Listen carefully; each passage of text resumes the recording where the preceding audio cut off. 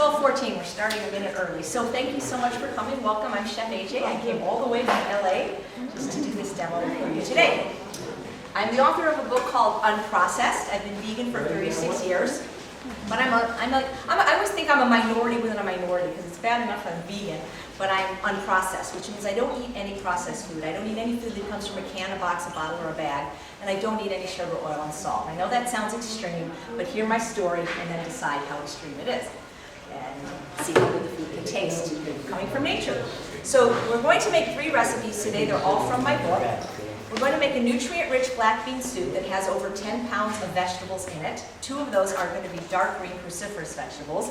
We're going to make a quinoa salad with pistachios and currants, and what you've just tasted is a peanut butter fudge truffle made from basically dates, cacao powder, and unsalted, unsweetened peanut butter. So the soup does take 30 minutes, so I'm going to get it started as soon as possible. In the pot, I have 12 cups of water. That's it. And if you want to use vegetable broth, either low sodium or no sodium, that's fine. It's just that the problem is most of them have things like salt in it, which I try to avoid. But more than that, it's expensive.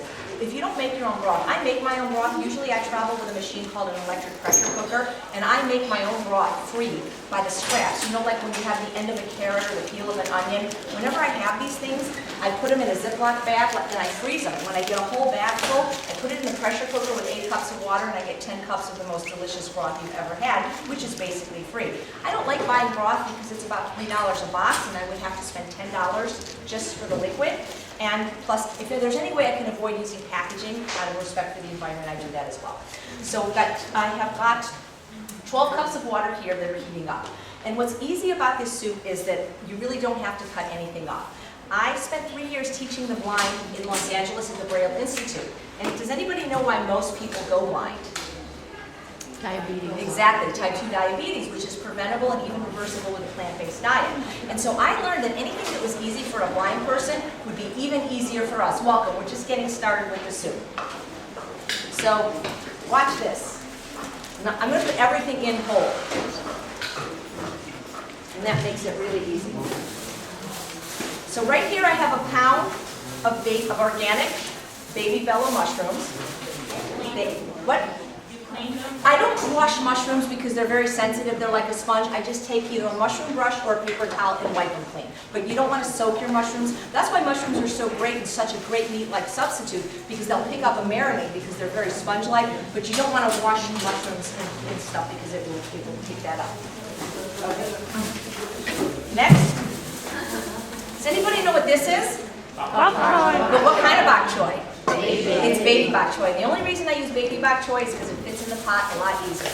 And I don't really cut it up. And believe it or not, green vegetables, these are like 56% calcium. There's more calcium in vegetables than milk. Milk doesn't do a body good unless you're a baby cow trying to grow to 800 pounds in a year. I've got about 8 cloves of peeled garlic. I made sure to buy all organic. My friend took me to a store called the Berkeley Bowl yesterday. It was the best store. It was like Whole Foods on steroids. It was absolutely incredible. Now this soup contains 2 pounds of corn. I'm only going to put 1 pound in because the soup is going to be blended, and then I'm going to stir the other pound in at the end. And here's the thing, I mean, if you can, organic is always better. They've done studies that show that it's not only more nutritious, but it tastes better. But if you can't afford to buy everything organic, there's 3 things I recommend you always buy organic: corn, soy, and wheat, because those are the 3 most heavily genetically modified crops. And y'all know how to vote on election day, right? 37, right? They all are in agreement. That's as political as I'll get. So here, I love greens, and I eat about 2 pounds a day, raw and cooked. Does anybody know what this one is? Be more specific. Right, rainbow chard, my very favorite. And I'm just going to tear it a little bit so it'll fit in the bowl, in the pot.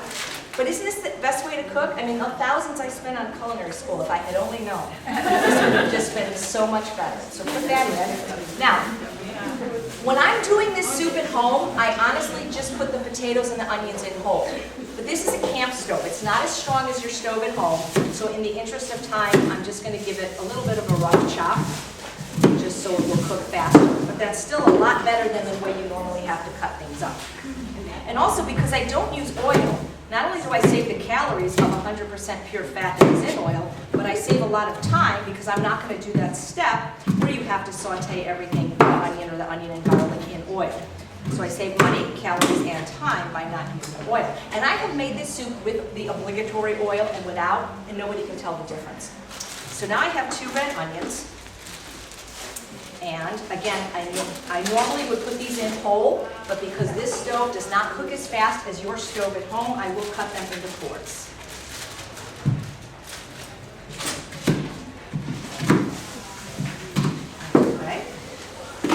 And this is a recipe for black bean soup. I call it nutrient-rich black bean soup because of the 8 pounds of vegetables and the 2 pounds of greens. But you can do any soup recipe like this. Now, I love these boxes from Whole Foods because people worry sometimes about cans because of BPA. Certain companies like Beaton have BPA-free cans. Trader Joe's has BPA-free cans. But then, they're not always organic and they're not always salt-free. But now Whole Foods has beans that come in these little cartons and they're salt-free and organic. So I'm going to put 3 in now and 3 in at the end. Okay, no more truffles for you. That's just kidding. Now 2 of these are kidney beans because I couldn't get all 6 black beans, but it'll be fine because we're going to blend this. And then the only other thing that's going to go in right now are sun-dried tomatoes. And the reason I use sun-dried tomatoes is because they're extremely flavorful. See my towels? Since I don't use salt, do you see my towels? Right there. Right there. Why am I not seeing By that? the food processor. Ah, thank you. I can't, that's what, Sherlock Holmes always said, if you're going to hide something, hide it in plain sight. That's right. Okay, so this will not take the place of salt, but when I worked I worked in nursing homes for most of my life. I became a chef late in life, and we're not allowed to give salt to the patients, regular salt or even the fake salt. But by using things like fresh herbs, lemon and lime, you're not simulating salt, but you're making it less obvious that it's not there. Because we have taste buds on our tongue for sweet, sour, salty, and bitter. And the sour taste buds sit right next to the salty taste buds. So when you put things like lemon, lime, or the zest of lemon and lime in your food, you can often not miss the salt. Now, what sun-dried tomatoes do is, this is 4 ounces of sun-dried tomatoes, and it takes over 4 pounds of tomatoes to make this little tiny bag of sun-dried tomatoes. It's just a very, very intense flavor that just helps the missing of salt, but it is not salty itself. And always make sure you get the ones without oil and without sulfites. So that's it.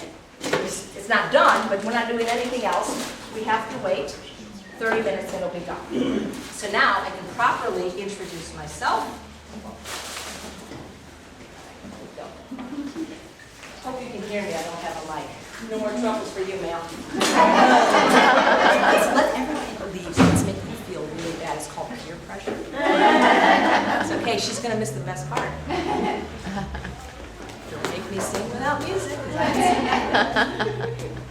Think about technology. Yeah, okay, just as loud as you can. Make the music louder to drown out my voice. What? Can we get what recipe or? Absolutely, there's a few ways to get them. You can buy my book. If you don't want to buy my book, you can give me your email. I can email to you, and they're also available free on my website. So there's 3 ways. But I prefer you buy my book, not because I need the money, because I need the luggage space to get home. Because they charge for luggage these days. That's the main reason. And I only brought about 22, so that'll be a run on that. Because you never know. Oh, she has to reboot. So in the meantime, any questions while she's rebooting? When's your new book coming out? It was supposed to be out already, I hope by the end of the year or the first. My new book, it's funny, you can never, did you ever notice in life you cannot please everybody? It doesn't matter what you do, So I write a book. I mean, I think it's pretty extreme. No sugar, no oil, no salt.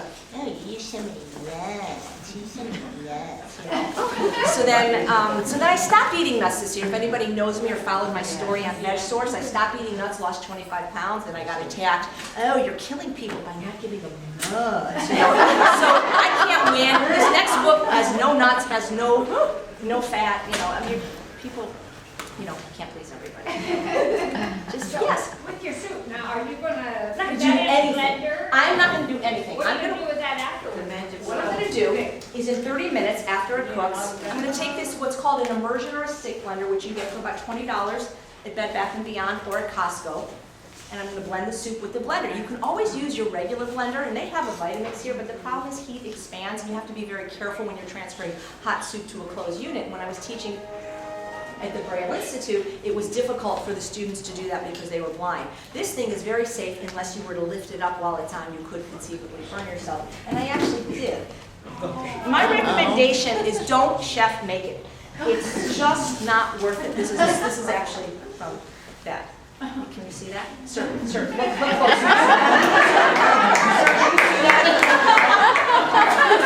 Just want to verify that is a real burn. That's from lifting it up. I wasn't completely naked, but it was 105 in LA, and I had a very, very skimpy outfit on. That's whatever. So we're going to use that.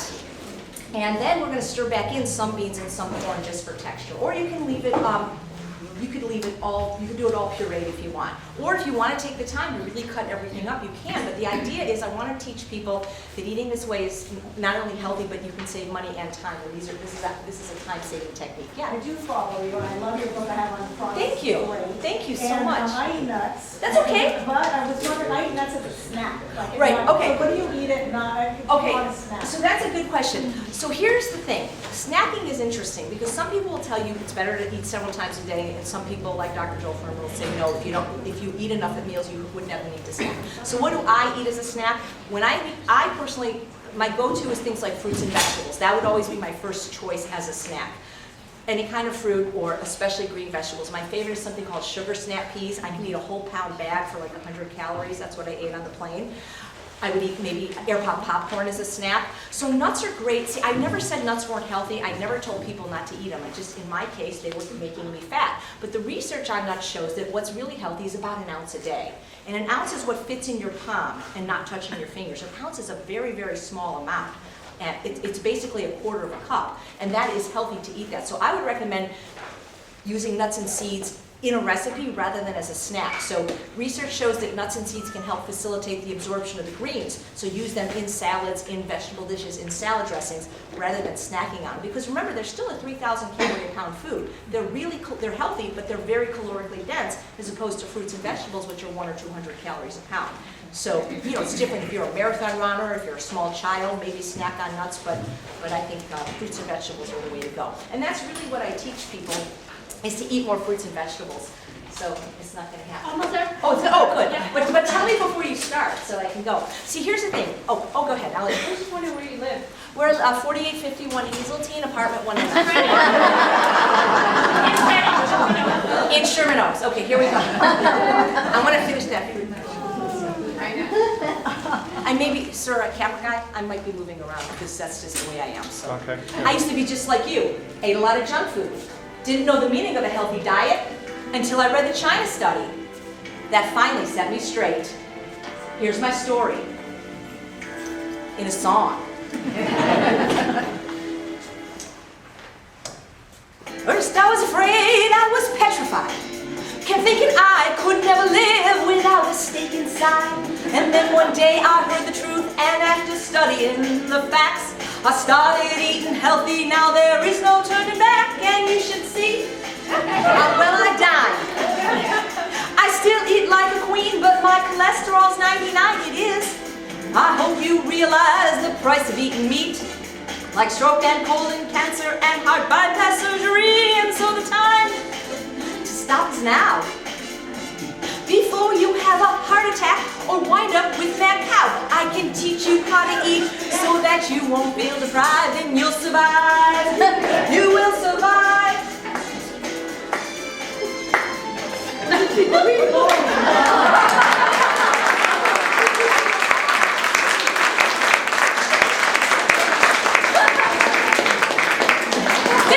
Baby. So now's the time to join the fight. I'm so convinced that you will switch after one bite. Those dairy men will try to hurt you with their lies, but don't you crumble. Don't you lay down and die, and just like you will survive. As long as there is kale, then I know I'll be alive. I like to live, all my recipes to give, and I'll survive. I will survive. You.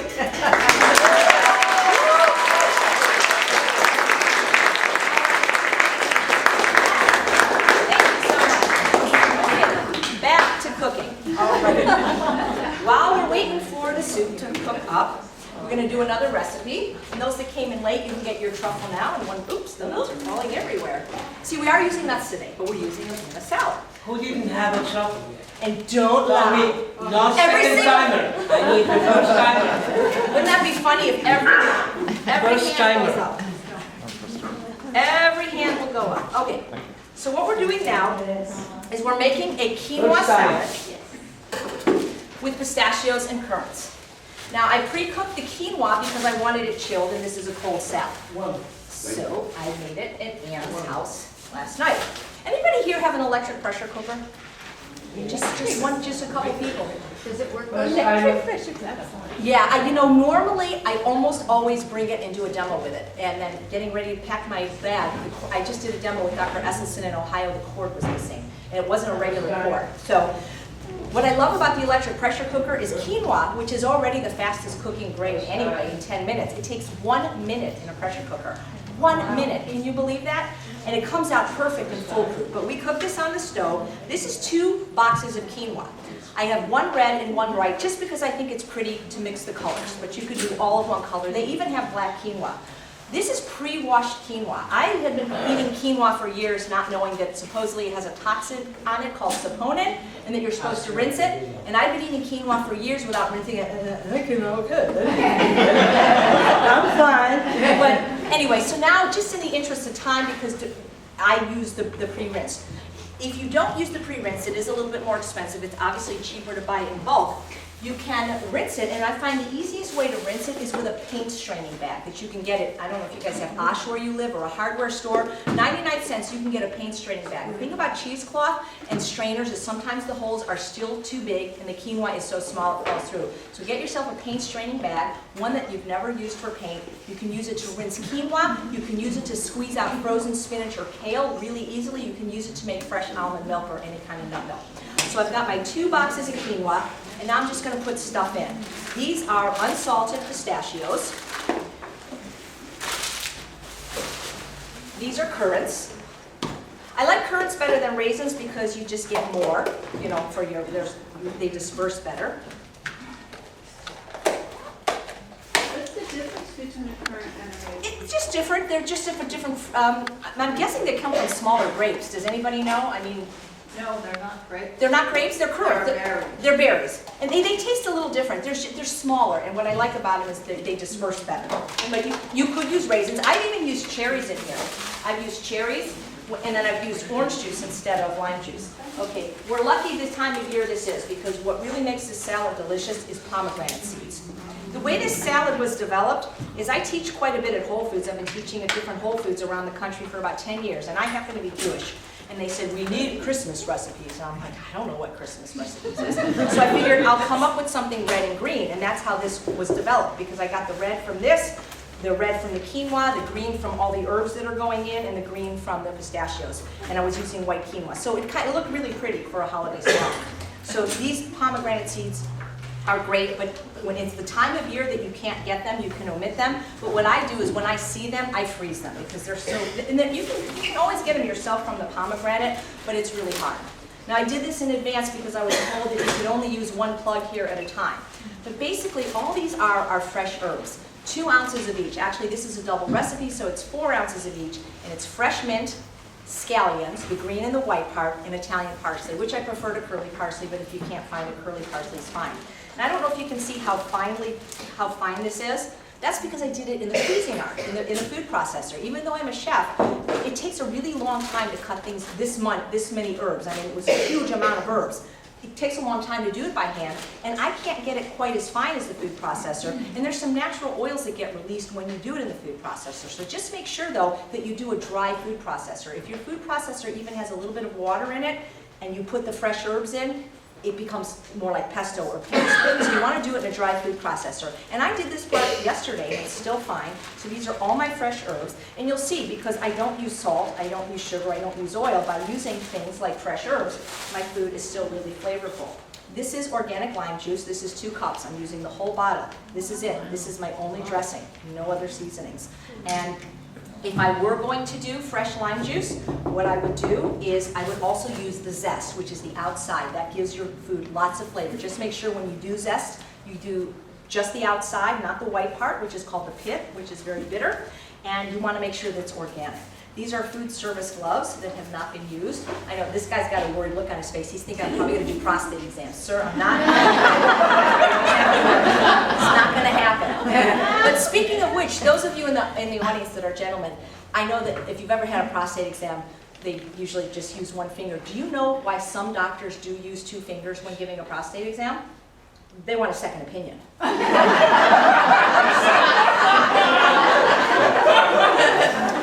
So, okay, I'm not allowed to tell that joke when I teach in Adventist churches, so hopefully I didn't offend anybody. But anyway, so I'm using food service gloves because, again, I just think it's a lot easier. This bowl is not big enough, by the way. When I use a spoon, things come out. And I really like, I'm kind of a loving person, and I like kind of put my love and my intention and my energy in it. And you're going to see it's going to start getting very, very pretty. It's a pretty salad, and it's a tasty salad. And then I'm going to, after I mix it up completely, I'm going to just taste it, and the only other thing I would do to it is maybe add some lime juice if there's not enough. This is a great salad to take to potlucks if you go, and you can make it in advance. I would just recommend, though, not to put the nuts in until right before serving, because those do get soggy, but every other thing about it you could do the night before if you want. Quinoa is a pretty cool grain because it's actually a seed, it's not a grain, and it's really high in protein. Not that you have to worry about getting enough protein on a plant-based diet, because the reality is you can't be protein deficient unless you're calorie deficient. So when people ask you if you're vegan, I've been vegan for 36 years, and if I have that shirt that says, yes, I get enough protein. Do you guys know what shirt I'm talking about? It says 4 lines. It says something like, yes, I get enough protein. No, my shoes aren't leather. It's like the four stupid questions we get asked all the time. The truth of the matter is every large mammal that ever walked the earth, from the woolly mammoth to the dinosaur to the giraffe to the hippopotamus, they get enough protein by eating green vegetables. So you're not going to get protein deficient on a vegan diet unless you're somehow not eating enough calories. And believe it or not, green vegetables have more. You might need to write this down if you have annoying friends and relatives. Green vegetables have more protein per calorie than steak. Honest, look it up. 100 calories of steak has only 5.4 grams of protein, whereas 100 calories of broccoli has 11.2. So when we eat the cow, we're getting the protein in a very inefficient manner because, I say cut out the middleman. Instead of eating the cow that ate the grass, just eat the grass. Cut out the middleman. That's how I eat it, So this is coming along nicely. You guys will get a nice big serving of this. And for some, it's weird. I don't know if you ever, my husband is probably the only person in the world that's allergic to quinoa. It's the strangest, it's not a common allergy. So in a case like that, you could certainly use another grain. You could use brown rice. I mean, there's hundreds of grains out there, and they probably, I don't think I would use oats, but you could use amaranth or millet. You could probably use any grain. What's that one that starts with a, what's that little tiny one that Ann has listed? No, it's orzo, or not orzo. Orzo's a pasta. There's this other little grain that's new. It has 4. It's not new. It's new to me. But Aunt Esselstyn loves it. Millet? No. Let's put Chia? Not what? I'm sorry about that. Here we're playing guess the grain, and it's driving me crazy that I can't think of it. It's a grain that's very underused, and it's not orzo, but it sounds like. I'm sorry. Here, you know what? I've got Ann Esselstyn on my phone. Will somebody call her right now? No, seriously. Let me call her. As soon as I get the gloves off. I will. You guys want to talk to Dr. Esselstyn? Wouldn't that be fun? I got them all. Okay, so this is good. Whoa!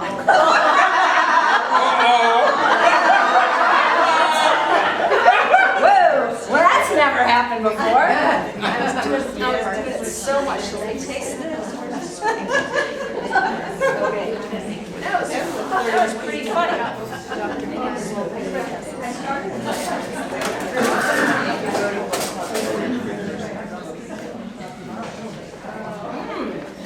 Oh my God. Who has never had quinoa? Anybody? Really? You two ladies have never had quinoa? Ah. Come here. Come up front. Tell them. Try this. And face the audience. Wait. Come on up. Face the audience and tell them if you like it. You've never had quinoa. These volunteers were picked at random.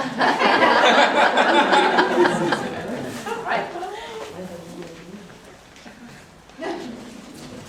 Good?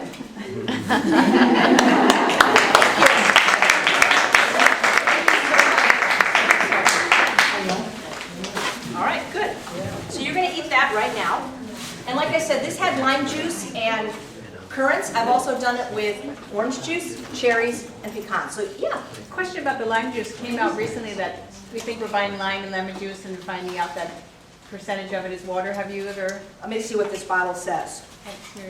This is saying just organic lime juice. So, I mean, it tastes very strong to me, so I would, at least I know this brand, Santa Cruz.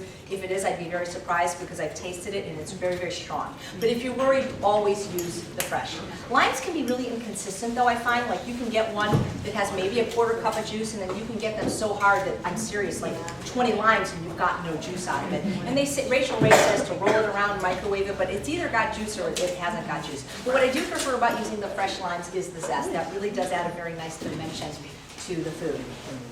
So, Can Whole Foods carry that price? yes, that's exactly where I got it. Except for the fresh stuff, I brought everything at Whole Foods and put it in my suitcase. So yes, Whole Foods does carry it, and Whole Foods does carry their own brand of organic lime juice as well. And it comes lemon and lime as well, they're both organic.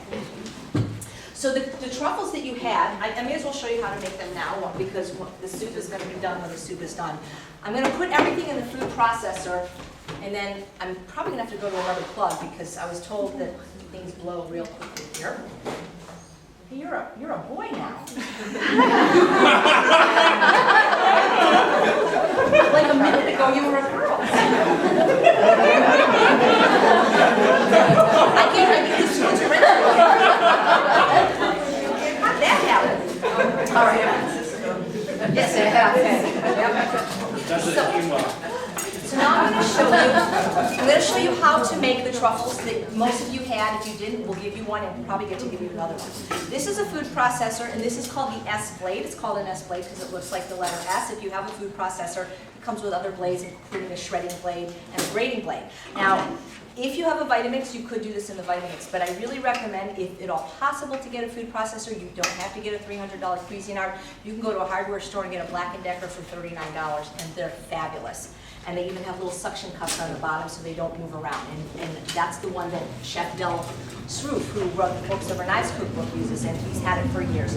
But food processors and blenders are not the same thing because blenders liquefy and food processors process. So they're not really interchangeable. For example, you can't really make a smoothie in a food processor. You know, you can't really do the banana ice cream in a food processor. So the way you make the truffles is, I have right here 1 cup of peanut butter. I don't buy raw because I don't think the raw peanut butter tastes very good. I buy the unsweetened and unsalted. Lots of brands at Whole Foods you can make it. Or you can just go to the machine. You know, it comes out of the machine where you grind it yourself at the stores.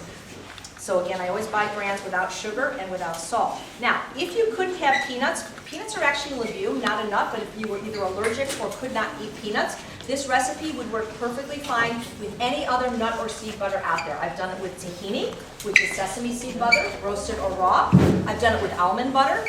I've done it with hemp seed butter. I've done it with cashew butter. I've done it with sunflower seed butter. Sunflower seed butter is the most tasting like peanut butter of all the nut butters. So for people who have kids in school where they don't allow you to bring peanut butter, but you like the flavor, go with sunflower seed butter. And they do make a brand without sugar, oil, or salt.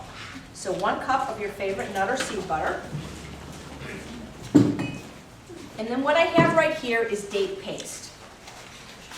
So everything I do is with dates. I don't use any sugar. I don't use white sugar, brown sugar, sugar cane, organic, whatever. I don't use succonet. I don't use brown rice syrup, maple syrup. Oh, is that Nathan? Dr. Nathan, hello. I don't use any processed sugar at all. Dates are the only thing. If I knew you were coming, I would have done this with almond butter. So it wouldn't matter, there's chocolate in it, you can't eat it. So he's a doctor at True North, the most wonderful place in the whole world to get well or to just live healthy. So date paste is something I make myself. You can buy it commercially. When I was a pastry chef at a Los Angeles restaurant, it wasn't even a vegan restaurant for 4 years, and I didn't use anything but dates to sweeten my desserts. I use no oil, I use no salt. And I just didn't tell anybody because they'll have a preconceived notion if they think, I didn't even tell them it was vegan. Because here's the thing, if you're trying to get people to be vegan, just make good food and a year later say, oh yeah, by the way, because if you tell people that it's vegan and they're not, you know, they'll find a reason, oh, we'll give you a stomach ache or something like that. So don't tell them for a year later. But those truffles that you guys had, you know what I do? I live near a mall called Fashion Square Mall, a block away. We have a Bloomingdale's and a Macy's, and we have 2 candy stores in the mall, C's and Godiva. And I go to the mall And they won't let me buy a box unless I buy one piece of candy for 80 cents. So buy a piece of candy for 80 cents, and then they give me the box. And then they also give you a free piece. So I take the 2 pieces of candy, and then I give them to somebody I don't like. Because you're not going to give dairy or sugar to somebody you love, right? So you find somebody you don't like, you give them the free pieces. And then I take my little candy papers that I showed you, and I put it in the C's candy box. Well, with the C's candy box, I use the brown papers because that's what they use at C's, but the guy who uses gold. And I give them to people, and I don't tell them that it's vegan, sugar-free, or free or salt-free. And it works great, and it works great with kids when you're trying to get them off sugar by doing little tricks like that. But date paste, when you buy it commercially, it tends to be very hard, so you have to reconstitute it. Because the way they make date paste professionally is if you've ever seen, like, if you've ever been to an old-fashioned delicatessen and seen how they make chopped liver, they make it through a machine called an extruder, which almost looks like a shower head. Does anybody know what I'm talking about? That's how they make sausage. So that's how they make date paste. Basically, is they put them through an extruder. But what happens is they refrigerate it, it gets very hard, and I need my date paste soft so that it will blend.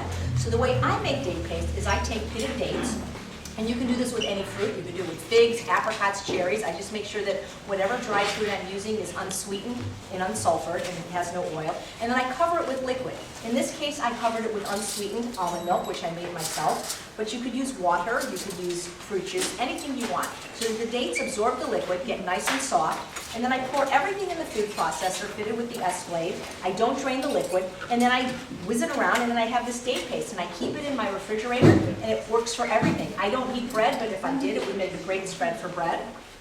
Now we have the only other thing that goes in here, actually there's 2 more ingredients. We have a ½ cup of raw cacao powder.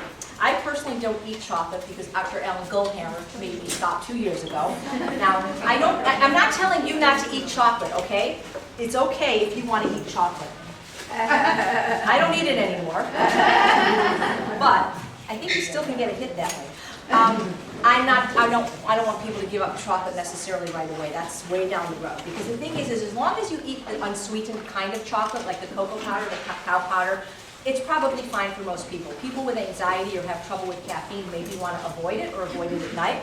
But the reality is cocoa is from a seed. It's called cocoa bean, but it's from a seed. And chocolate's actually higher in antioxidants than either red wine or green tea. What gives chocolate a bad rap is the company it keeps, which is generally full-fat dairy or sugar. But if you're not using that, a little bit's okay.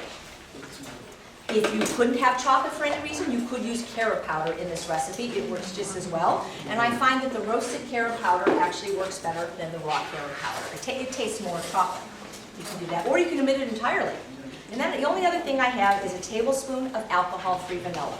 I prefer alcohol-free vanilla to the ones with alcohol. It just, my palate does not like the taste of alcohol in my desserts. But also when I was a pastry chef in Los Angeles, we had lots of customers that were famous celebrities that just got out of rehab. And I'm not making a joke. When you're an alcoholic, you can't have alcohol in anything. Even the smallest amount of extract could trigger them to drink. So we always used alcohol-free. I just think it tastes better. I bought this at Trader Joe's, but Whole Foods sells alcohol-free extracts. And there's a whole bunch you can buy online at a place called Frontier. And I find one of the best places to buy alcohol-free extracts are cake decorating stores, because they generally have extracts and flavorings and more flavors than you can even imagine. Things like key lime and just really interesting flavors. And basically, I mean, they may be artificial, but you're not using a lot. Or you can omit it entirely or use a vanilla bean.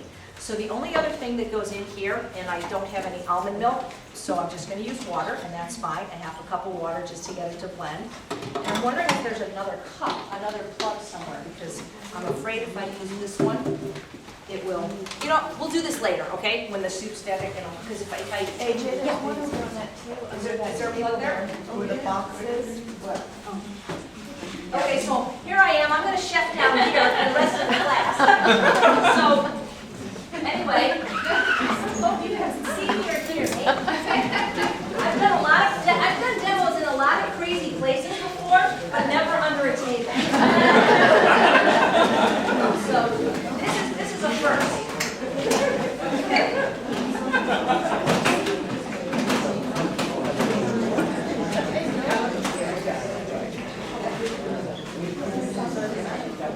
Maybe next year I'll be in the big room.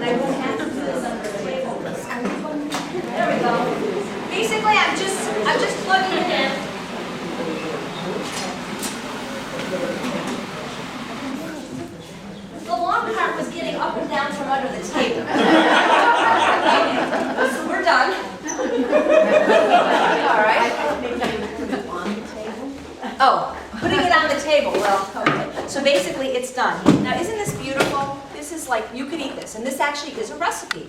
And I call this recipe fondue. Thanks. I call it fondue because it's like fondue, but it's really, really fun.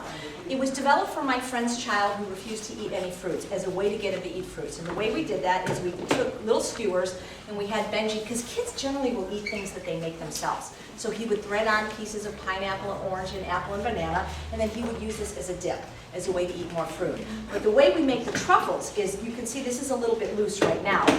I freeze that, or put it in the refrigerator. I don't want to freeze it solid. And then when it gets nice and firm, I take this little retractable scoop that was about $10 in Bed Bath & Beyond. I take some chopped nuts, and I put it in a little container. Now, this is not going to work perfectly because this is not set, but just to show you how it's done. You plop it, and Ann Wheat helped me do these yesterday, and you can't really touch it, and you just kind of roll it around like that. It works better when it's firm. You can understand that, right? I mean, but just showing you how it's done. And then you put it in a paper, like that. And then you give it to the girl, the guy. So you see how they go. So that's how you do it. Now, let me tell you, there's other things you can do with this. This can be a great frosting for a cake or a great filling for a cake. When I did eat chocolate, my very favorite thing to do with this was I let it set up a little bit in the fridge, and I took bananas on a stick, and I dipped it in, and I dipped it in the nuts, and I froze it. And it's called Nutty Buddies, and it was just like the frozen bananas that I used to eat at Disneyland when I was little. And if you don't want it, if you can't get sticks, just cut the bananas in pieces and do it. It's absolutely delicious. So there's a great recipe, really easy. And I don't know what we're going to do with this, so somebody's going to have to eat this. I don't know how, but maybe we'll get some fruit to eat that. So let's see how the soup is doing. It does take 30 minutes. We start. Okay. How's that doing? Okay. Excuse me, AJ? Yeah. What, say more about your book. You have the cookbook here that's unprocessed. You have another one coming out? Yes, my cookbook Unprocessed is $15 at the table.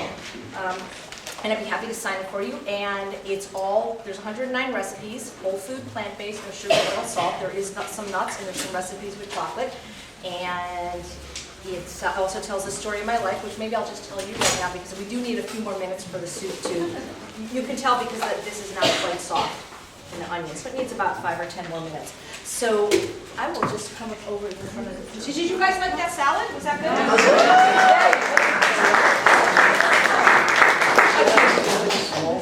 Do I have any? Bye. No soup for you. You know what, guys? If you want to eat that, I should taste it. Make sure it's okay. I'm sure it is. Oh my God. The small what things? The small scoop. Serve it. When you serve this, remember? Can you be more specific? Your little papers? Yes, I have papers, but you have to understand that that's not set up. So if you guys want to eat the fondue, you got to just eat it in a bowl. How do you? You can reuse your bowl. Oh, okay. I see what he's saying. He's saying he's going to put the fondue in this and just let you guys lick it like a dog. Thank you. That's a great idea. Okay. So we have we have a lot of more. Oh, so you asked the question about what my next book was. So my next book is based on a program that I run in Los Angeles called the 30-Day Unprocessed Challenge, which is a lifestyle program I run with a man named John Pierre, who, if you watch the Ellen DeGeneres show, he trains her. He's her fitness and nutritional guru. And basically what we do is we have people come to my home for 5 consecutive weekends, either a Saturday night or a Sunday night. I give them food, I make the food, teach them how to make the food, and we give them daily support through email. We're all connected, and weekly phone support. And it's challenging people to just try to go unprocessed for 30 days. And you don't realize how difficult it is because you don't realize how much most people rely on processed food. And by processed food, I pretty much mean anything that comes in a can, a box, a bottle, or a bag. I mean, of course, there's a few exceptions. I don't really consider organic, salt-free beans in a box processed because I can make them myself. So my rule of thumb is if it's a whole food and I can make it myself, I don't have a problem buying it processed. That's why I don't mind using a little bit of organic lime juice. But if it has ingredients that you can't pronounce, or that your grandmother would not know the word, or that your child can't pronounce, it's a processed food. And when I bash processed food, You have to understand that Americans eat over 90% of their calories from both animal products and processed food. And if people are vegan, a lot of times they're eating 100% of their calories from processed food. They're not eating any fruits and vegetables. And so by processed food, I don't just mean that Kraft macaroni and cheese is bad. I mean that Amy's gluten-free organic vegan macaroni and cheese is just as bad. Because we're not designed to eat processed food. Throughout the course of human history, our ancestors did not eat processed food. They ate a bit of animal products. They didn't drink dairy, they didn't eat oil, they didn't eat processed food. And processed food is acidifying to the body, it's also inflammatory, and disease can only exist when our body is in an acidic state or in an inflamed state. And it doesn't matter, whether it's cancer or a cold, processed food is inflammatory, it's acidifying, and it's disease promoting. We are just not built, we're not, whether you believe in God or however people got here, this machine was not designed to eat mass amounts of animal products and not designed at all to eat processed food. And if Americans are eating over 90% of their calories from animal products and processed food, that means that less than 10% or less of the calories that we're consuming are from plants, from fruits and vegetables. And if you look at all the successful populations in the world, as outlined in the book, the great book, The China Study, people that are successful that don't have the same disease rates as we have with heart disease, type 2 diabetes, and certain cancers that are preventable with a whole food plant-based diet, SOS-free, and largely reversible, they're eating 90% of their calories from whole, unrefined plant food. And then if they include a little bit of animal products or processed food, they keep it to 10% or less of their calories. So we have it completely backwards in this country. The reason I'm so passionate about this is because, listen, I'm an ethical vegan too. I've been vegan for 36 years, and you don't become vegan for 36 years if you hate animals. I love animals. That's why I became a vegan. At the age of 17, the day I left home, I became vegan. I would have done it sooner, but I had a Jewish mother. And it's not an easy sell in Chicago in 1960, but she was very kind in that she didn't make me eat anything. Well, also there was a lot of animal products that we just didn't eat anyway, being kosher. We didn't eat shrimp, we didn't eat anything shellfish, lobster, we didn't eat any bacon or any pork. So what did we eat? Cows and chickens, and So she was kind enough that she would give me food that didn't look like anything. Like if it had a bone, forget it. But I could eat like some soup, or if it had chicken broth, because that was what it was. So I got to Philadelphia September of 1977 because I wanted to be my lifelong dream was to be a veterinarian, but unfortunately instead I became a vegetarian, which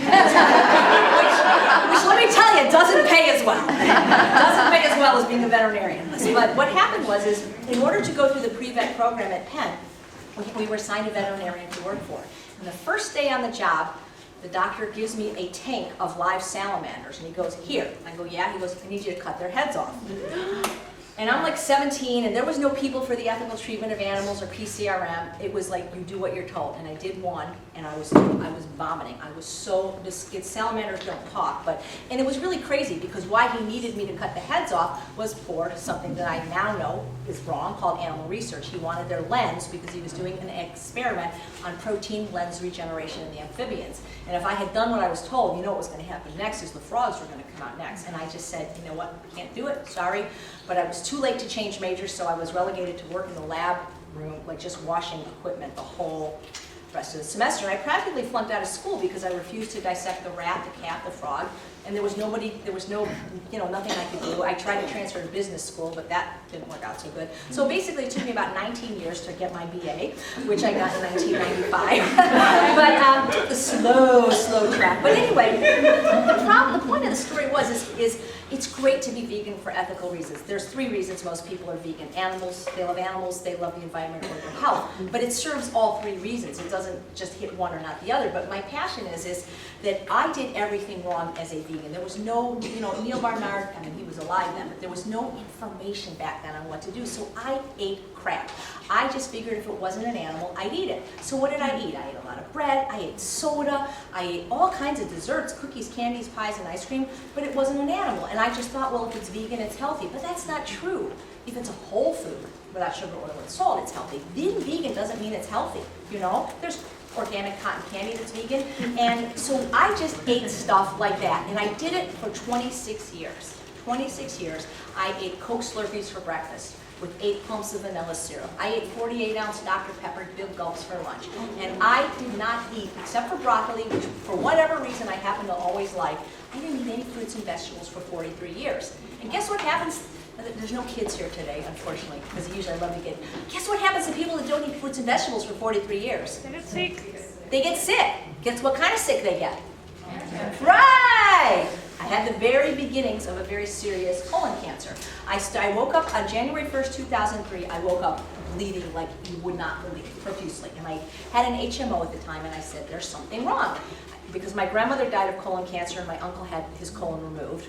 But they said, well, it wasn't your mother, father, sister, brother. So it took me 6 months, I fought them, to get a test. 6 months. And they wouldn't even do a colonoscopy. But after 6 months of fighting and pleading, because I'm bleeding, they go, oh, you just have hemorrhoids. I'm like, these are not hemorrhoids. I mean, I was like bleeding a lot. I was anemic. I was sick. You know if you're sick, you know? And they finally did what's called a sigmoidoscopy 6 months later, and they said, oh yeah, you have all these precancerous polyps in your colon. And they were really large, and they were bleeding, and they were inflamed. And the thing is normally they would remove them during the sigmoidoscopy with these calipers. They just kind of go like that. But because my colon was in such a state of ill health for 26 years of abuse, they could not remove them without risking serious infection. So they said, well, sorry, you're going to have to come back and take all these drugs and have surgery. And I said, no, I'm not.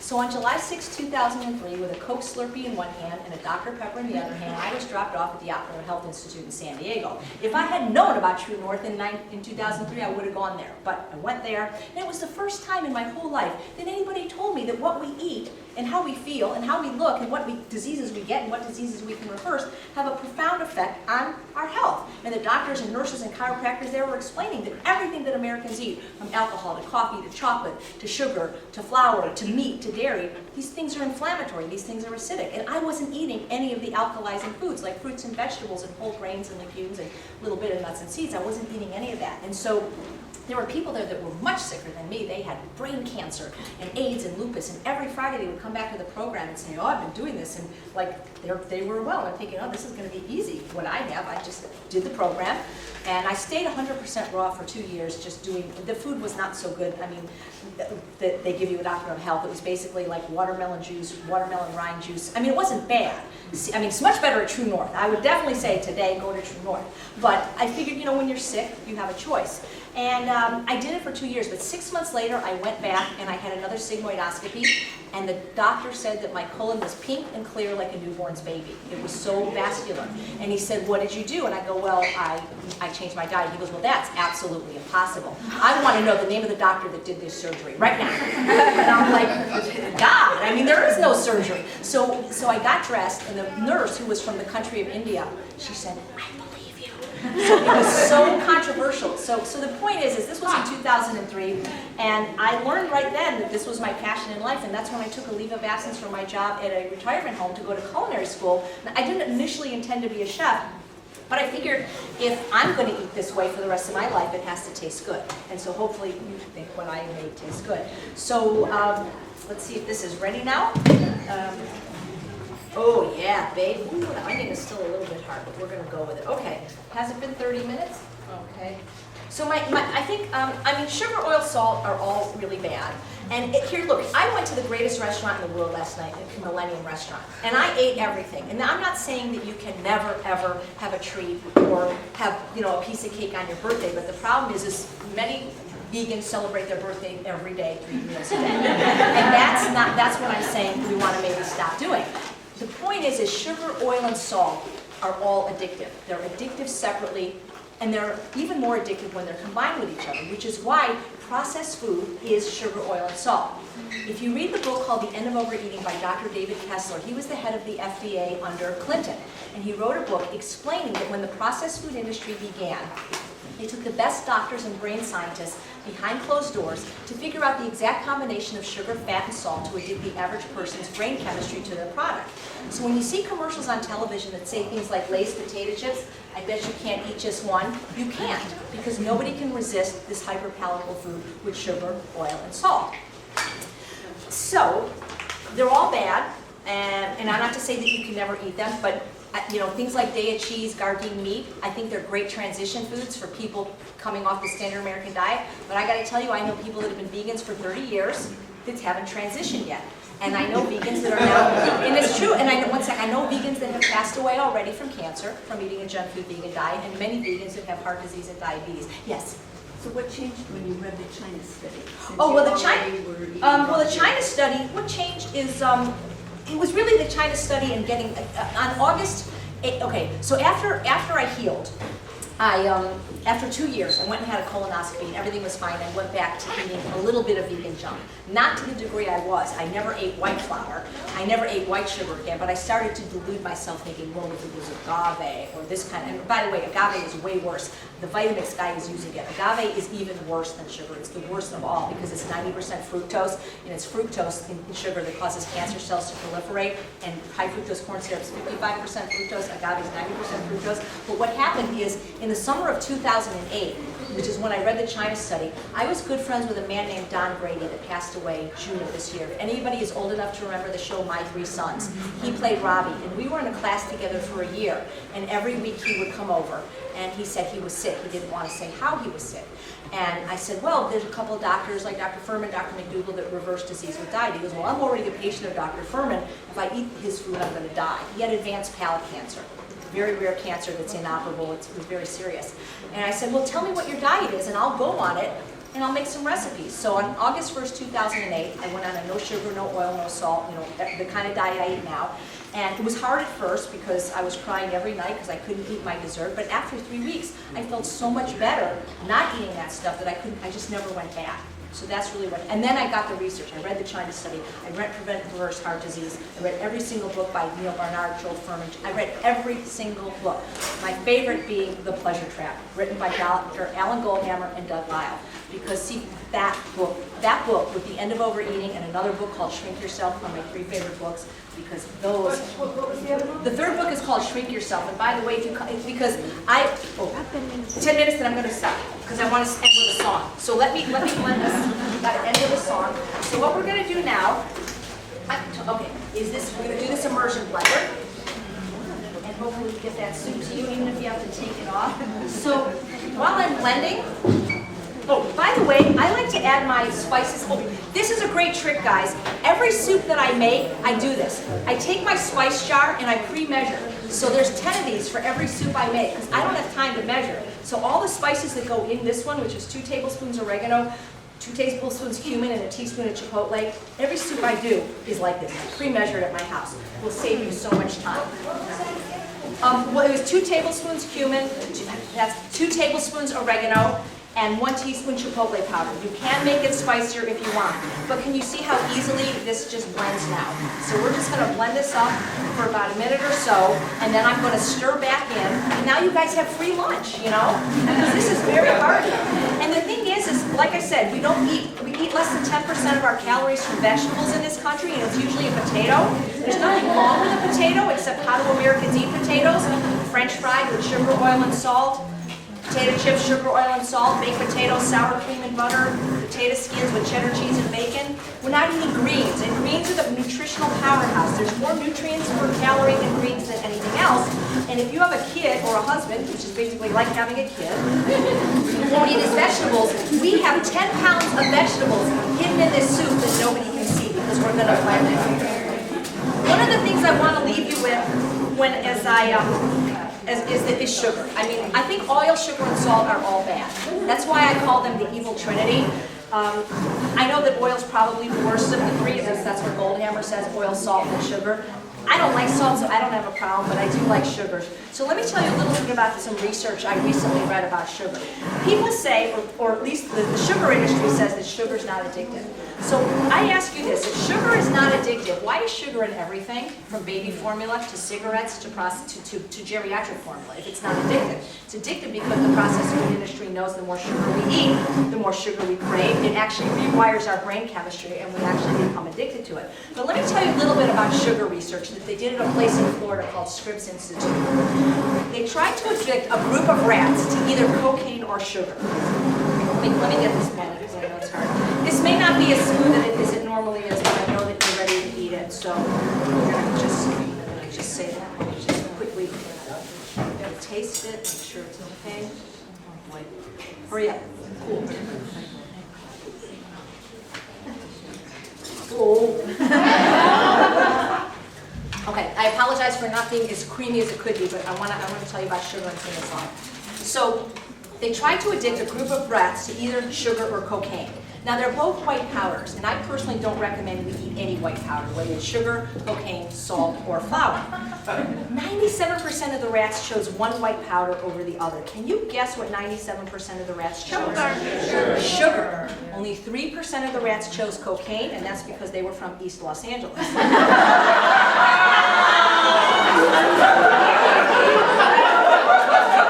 let me tell you, you don't know how hard it was for the dentist to put those little gold teeth on those rats. It was really hard.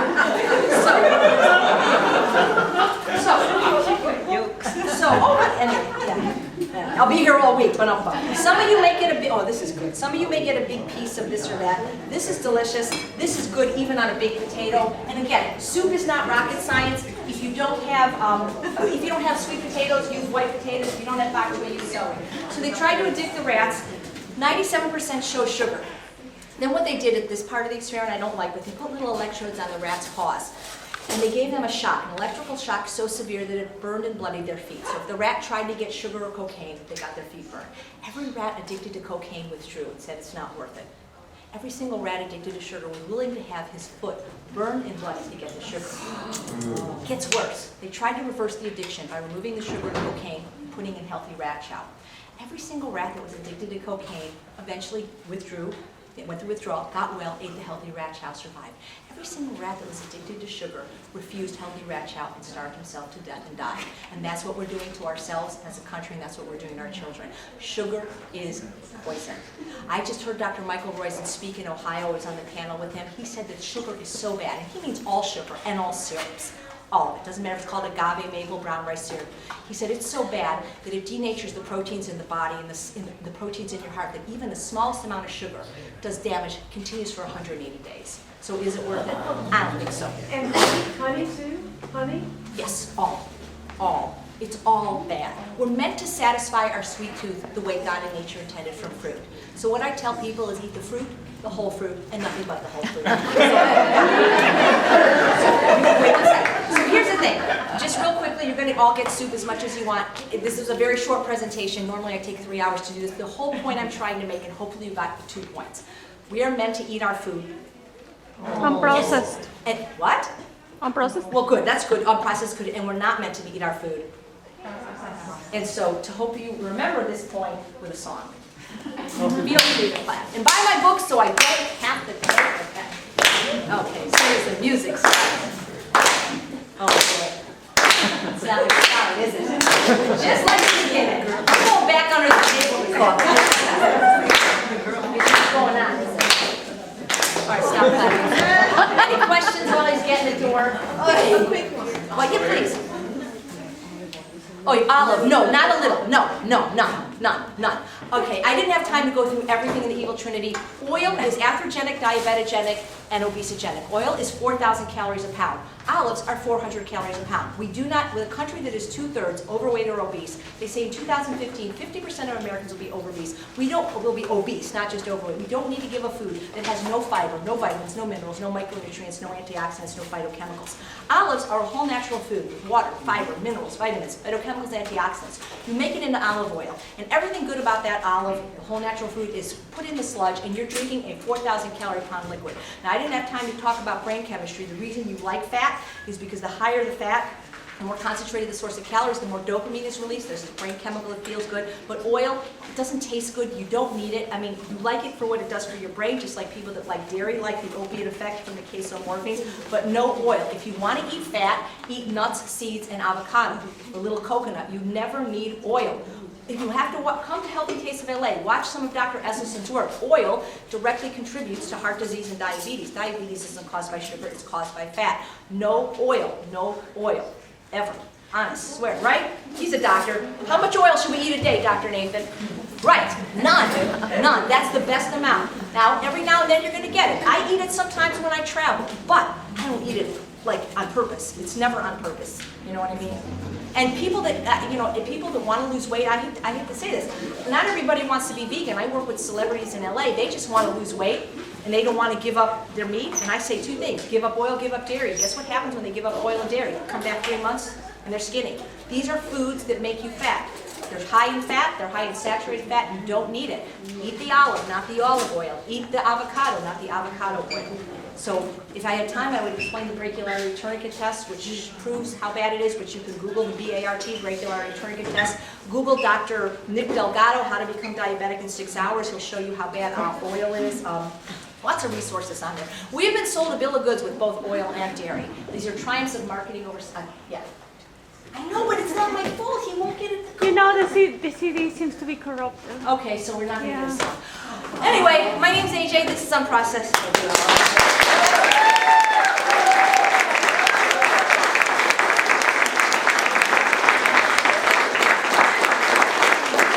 You notice when the girl did it, the CD worked. I'm not just saying. You want soup? I'll be You outside. make a line and get the soup and take it, okay? I'll- Line, please line.